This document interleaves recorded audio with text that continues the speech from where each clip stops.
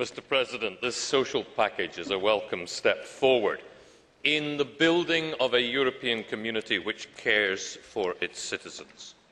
You know, the people who cast votes against the European Constitution and the Lisbon Treaty sent a clear message. The message is they will not give the European Union new powers simply because we want them. Our people want to know what kind of European Union we are building. This package is extensive and controversial, and we must make sure that people know the benefits that it will bring to their lives. There is much to praise, as Commissioner Špidla says, in the European Works Council Directive, and of course in the proposal on patients' rights in cross-border health care, for which my group has fought so hard.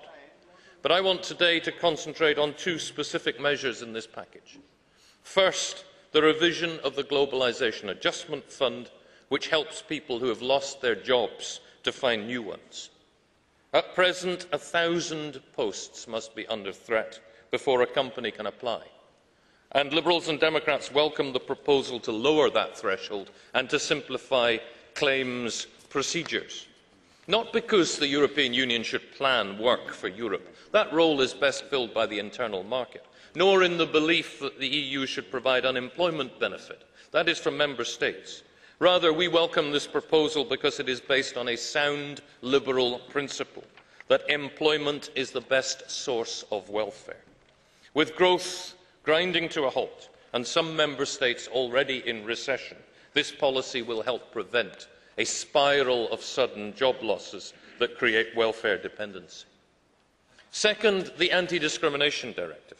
My group has fought for this from the beginning of this Commission's term of office.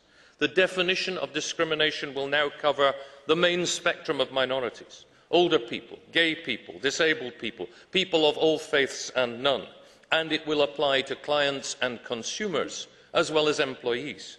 This too is a liberal measure which will proffer practical benefits, the kinds that come from knowing you can do your job and live your life free from the tyranny of prejudice. The draft directive should go further than it does. There are still loopholes, still opportunities for discrimination to rear its head. Why, for example, Commissioner, is it right to outlaw discrimination in the workplace, but to allow Member States to use discriminatory school books in the classroom? But nonetheless, Europe is breaking down the barriers of discrimination piece by piece. And my group welcomes the commitment of the Commission and the Council to further that process, just as we insist on the full involvement of this House in framing the measures that complete it. In February, Mr. Barroso brought to us a major package of measures to fight climate change.